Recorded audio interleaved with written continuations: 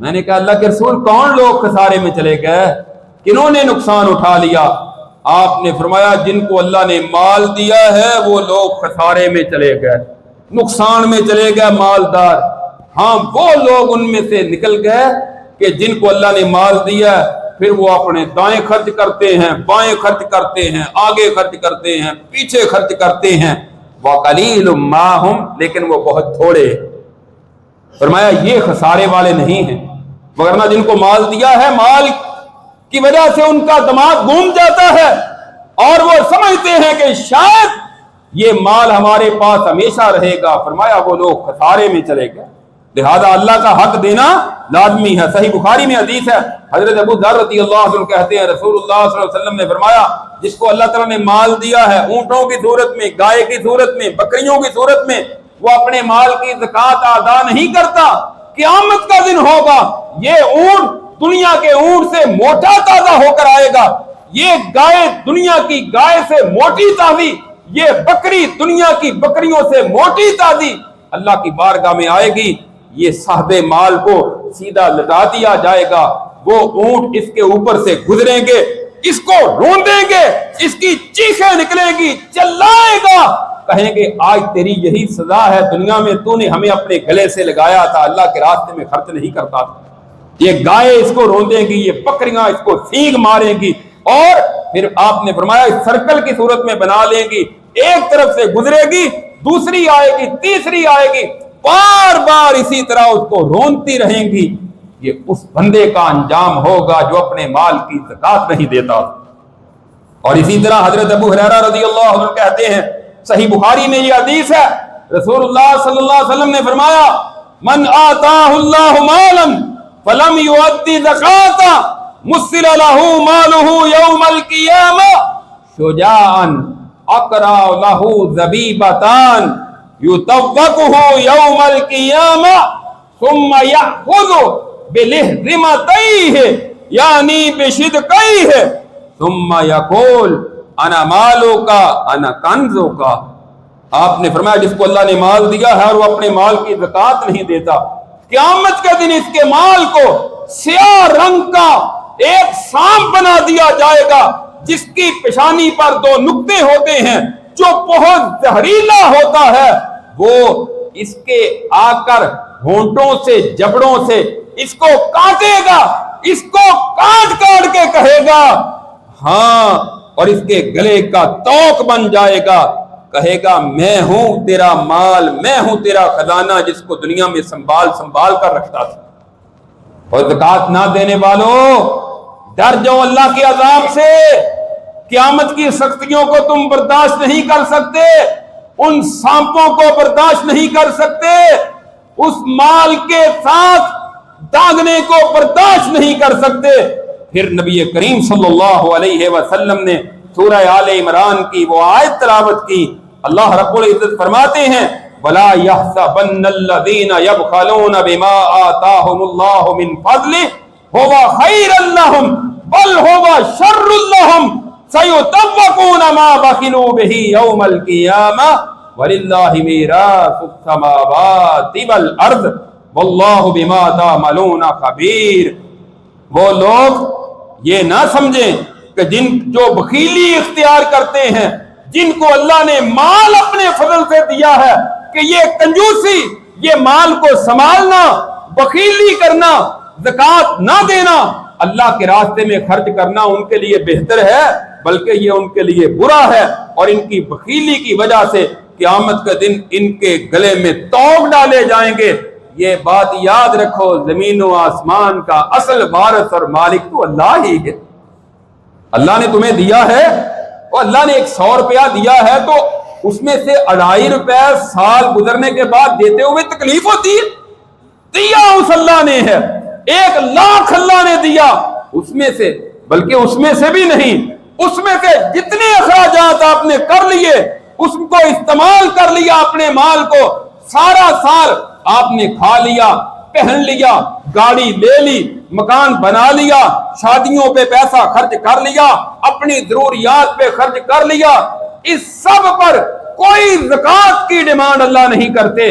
اللہ کہتے ہیں پورا سال گزر گیا، اب جو بچ گیا ہے اس پر صرف 2.5% میں مانگتا ہوں کہ وہ میرے راستے میں دے دے۔ اب کیا اس سے بڑا بیوقوف کون ہو سکتا ہے کہ جس اللہ نے اتنا دیا ہے، ساری ضروریات پوری کی، اب بچ گیا، سال گزر گیا، اب بھی اللہ کہتے ہیں میں 50% نہیں مانگتا، 50% دے دو۔ میں کہتا ہوں صرف 2.5% دے دو، 39 حصے اپنے پاس رکھ لو، ایک حصہ میں مجھے دے دو تاکہ تیرا مال بھی پاک ہو جائے، تو بھی پاک ہو جائے، اسلام بھی مکمل ہو جائے، مصیبتوں پریشانیوں تکلیفوں سے بھی بچ جائے اور جنت کا وارث بھی بن جائے۔ اب یہ ساری کی ساری چیزیں حاصل کرنے کے لیے 2.5% جو نہیں دیتا، اس سے بڑا بیوقوف اور احمق کون ہو سکتا ہے؟ صحابہ کرام تو اس سے آگے تھے نا، ان کا تو کیا درجہ تھا، وہ زکوٰۃ نہیں، وہ سب کچھ ہی دے دیا کرتے تھے۔ ابو بکر صدیق رضی اللہ عنہ نے جو سارا مال دیا تھا وہ زکوٰۃ تھی، یہ نہیں کہ 2.5% اپنے پاس رکھ لیں، 1% بھی اپنے پاس نہیں رکھا، 100% کا 100% اللہ کے راستے میں قربان کر دیا۔ بلکہ اسلام ترغیب دیتا ہے اس کے بعد صرف زکوٰۃ دینے سے۔ اچھا، وہ جو حدیث میں آتا ہے آپ نے فرمایا وہ مومن نہیں ہے کہ جس کا ہمسایہ بھوکا رہے اور وہ اپنا پیٹ بھر کر سو جائے، وہ مومن نہیں۔ اب یہاں زکوٰۃ کا تو ذکر ہی نہیں، مطلب اس کا یہ ہے کہ اسلام ترغیب دیتا ہے زکوٰۃ کے علاوہ بھی اپنا مال خرچ کرو، اپنا نہیں بلکہ اللہ نے قرآن میں جہاں بھی ذکر کیا ہے نا کہ خرچ کرو، کئی مقامات پر اللہ نے کہا جو میں نے دیا ہے تمہیں، وہ تمہارا اپنا کہاں سے آ گیا؟ تم دنیا میں آئے تھے خالی ہاتھ تھے، دنیا سے جانے خالی ہاتھ، تمہارا اپنا کہاں سے آ گیا جو میں نے تمہیں دیا ہے؟ وَمِمَّا رَزَقْنَاهُمْ يُنْفِقُونَ، جو ہم نے تمہیں دیا ہے اس میں سے خرچ کرو۔ حضرت ابو طلحہ انصاری رضی اللہ تعالیٰ عنہ صحیح بخاری میں ہے، رسول اللہ صلی اللہ علیہ وسلم کے پاس ہیں، آتے اللہ کے رسول قرآن کی وہ آیت نازل ہوئی ہے، کون سی آیت؟ 4 پارے کی پہلی آیت ہے، لَن تَنَالُوا الْبِرَّ حَتَّىٰ تُنْفِقُوا مِمَّا تُحِبُّونَ۔ یہ بڑے درجات ہیں، اس سے آگے جس نے زکوٰۃ ادا کر لی، اسلام کا رکن پورا کر لیا، لیکن کیا وہ کافی ہے؟ اس سے آگے ہمیں جانا چاہیے۔ اسلام کی ترغیب یہی بتاتی ہے ہمیں۔ اچھا، کھانا مل جائے، 2 روٹیاں مل جائیں، دال مل جائے تو کھانا نہیں، کھانا تو پورا ہو گیا نا، کیا ہمارا اس پر گزارا ہوتا ہے؟ کہتے ہیں ساتھ گوشت بھی ہو، مرغی نہیں مٹن ہونا چاہیے، بیف نہیں چلتا، مٹن ہو تو پھر کیا بات ہے؟ کپڑا آپ 1000 روپے کا بھی سوٹ پہن لے، کیا وہ کافی نہیں؟ ہم 5-5 10-10 ہزار کا سوٹ پہنتے ہیں، کیوں؟ اور گھر آپ کچا بھی بنا لیں 5 لاکھ روپیہ لگا کر، وہ کافی نہیں؟ ہم کروڑوں روپیہ لگا کر گھر بناتے ہیں، گاڑی آپ کو 5 لاکھ کی 10 لاکھ کی بھی مل جاتی ہے، وہ کافی نہیں؟ ہم کروڑ روپے کی گاڑی لیتے ہیں۔ یہ دنیا میں ہم آسائشیں چاہتے ہیں، کیا جنت میں بلند درجوں کی ضرورت نہیں؟ جنت میں آخری صف میں رہنا ہے، جنت میں بھی آگے بڑھیں۔ اللہ کہتے ہیں فاستبقوا الخیرات، نیکی میں ایک دوسرے سے آگے بڑھو، وسارعوا، دوڑو الی مغفرۃ من ربکم وجنہ، اور اللہ کی بخشش کی طرف اور جنت کی طرف۔ ابو طلحہ رضی اللہ عنہ کہتے اللہ نے قرآن کی آیت نازل کر دی، لن تنالوا البر حتى تنفقوا مما تحبون، اس وقت تک تم نیکی کو نہیں پا سکتے جب تک اپنی سب سے پسندیدہ چیز میرے راستے میں خرچ نہ کرو۔ ابو طلحہ کہتے اللہ کے رسول قرآن نازل ہو گیا، اب یہ آیت تو نازل ہوئی ہے نا، ہمیں بھی پتا ہے سب کو، لیکن ہمارا حوصلہ نہیں پڑتا کہ ہم کوئی اچھی چیز اللہ کے راستے میں خرچ کریں، الا ماشاء اللہ۔ کہتے اللہ کے رسول یہ جو مسجد نبوی ہے نا، اس کے بالکل سامنے باغ ہے، آج کل وہ باغ والی جگہ پہ مسجد نبوی ہے، جہاں پرانی مسجد نبوی ہے نا، وہ جہاں ختم ہوتی ہے نا پرانی رسول اللہ صلی اللہ علیہ وسلم والی، اس کے بالکل سامنے چھتریاں لگی ہوئی ہیں، اس کے بعد آگے نئی بلڈنگ شروع ہوتی ہے، یعنی درمیان میں چھتریاں، وہ چھتریوں والی جگہ ہے، وہ باغ والی جگہ جہاں ابو طلحہ انصاری رضی اللہ عنہ کا باغ تھا، نیچے نشان لگے ہوئے ہیں آج بھی وہاں کہ یہ وہ باغ والی جگہ ہے۔ اچھا، اللہ کے رسول یہ مسجد نبوی کے سامنے باغ، بیرہا نامی باغ، اس کے اندر رسول اللہ صلی اللہ علیہ وسلم تشریف لے جاتے تھے۔